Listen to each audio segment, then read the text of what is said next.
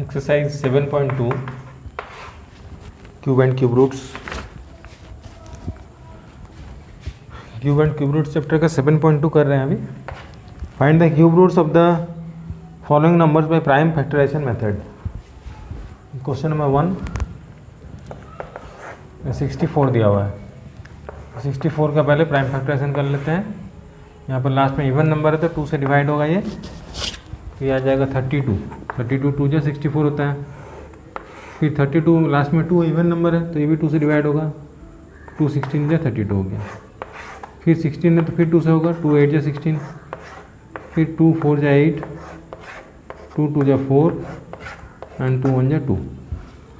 अब cube root हमको निकालना है तो इसलिए यहाँ पर 3 लिखेंगे, यहाँ इसके अंदर लिखना है, ठीक है। और किसका निकाल रहे हैं 64 का, तो रूट के अंदर रहेगा 64। तो अब कितना बार 2 आया है 1 2 3 4 5 6, तो 2 को 6 टाइम्स लिख देंगे। अब जो भी नंबर जो यहाँ पर 2 आया है तो 2 या 3 आएगा तो 3, जो भी नंबर आएगा उसको 3 3 में ग्रुप कर लेंगे। ये 2 3 बार है तो 2 बाहर आ गया रूट से, फिर से 2 3 बार है फिर 2 बाहर आ गया। तो अब बचा क्या है 2 2 जा 4, इसका आंसर हो गया। तो 64 का क्यूब रूट हो गया 4, ठीक है। चलो एक और क्वेश्चन देखते हैं। क्वेश्चन नंबर 9 देखते हैं। क्वेश्चन नंबर 1 का 9 1 7 5 6 1 6। तो पहले इसका प्राइम फैक्टराइजेशन करेंगे। लास्ट में इवन नंबर है तो 2 से डिवाइड होगा। 8 2 जो 16, 1 बच गया। 1 5 15 तो 7 2 जो 14, फिर से 1 बचा 1 6 16 तो 8 2 जो 16 आएगा। फिर यहाँ 0 आ जाएगा, फिर 8 2 जो 16 आ जाएगा। फिर 4 2 जो 8, 3 2 जो 6, 9 2 जो 18, 0 4। फिर 2 से डिवाइड करेंगे। 2 2 जो 4, 2 1 जो 2, 2 9 जो 18, 2 5 जो 10, 2 2 जो 4। फिर 2 से होगा 10 2 जो 20, 9 2 जो 18, 7 2 जो 14, 6 2 जो 12। फिर 2 से करेंगे 5 2 जो 10, 4 2 जो 8, 8 2 जो 16, 8 2 जो 16। फिर 2 से 2 2 जो 4, 7 2 जो 14, 4 2 जो 8, 4 2 जो 8। फिर 2 से जाएगा ये 13 2 जो 7 2 जो 14, 2 2 जो 4। फिर 2 से करेंगे, फिर 2 से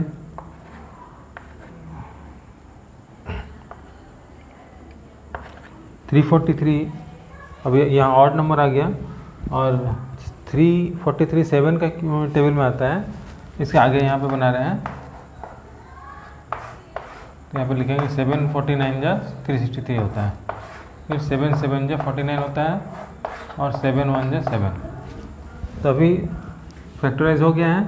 अब लिखेंगे cube root of 175 616 equal to, यहाँ पे 2 कितना बार आया है 1 2 3 4 5 6 7 8 9, तो 2 9 बार आया है। तो इस तरह से लिख सकते हैं। अगर जगह नहीं बन रहा तो पहले 2 3 बार लिख लिए, फिर से 2 3 बार लिख दिए, फिर से 2 3 बार लिख लिए, पावर में 3 डाल दिए, मतलब 3 3 3 9 टाइम्स 2 हो गया। अब बचा 7 में 3 बार आया है तो 7 का पावर 3। तो सभी नंबर 3 3 बार आए हैं तो यहाँ से 2 बाहर आ जाएगा, यहाँ से 2 बाहर आ जाएगा, यहाँ से 2 बाहर आएगा और यहाँ से 7 बाहर आएगा। तो 2 2 जो 4, 4 2 जो 8, 8 7 जो 56। ये आंसर हो गया। क्वेश्चन नंबर 2 स्टेट ट्रू और false cube of any odd number is even. तो ये हो जाएगा फॉल्स, ऑड नंबर का इवन कभी होगा ही नहीं।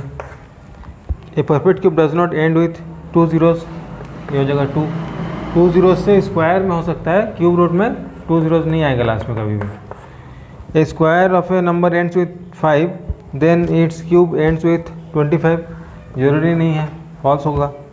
There is no perfect cube which ends with 8, ये फॉल्स होगा क्योंकि क्यूब में सभी नंबर आ जाते हैं, उस दिन पहले बताया था।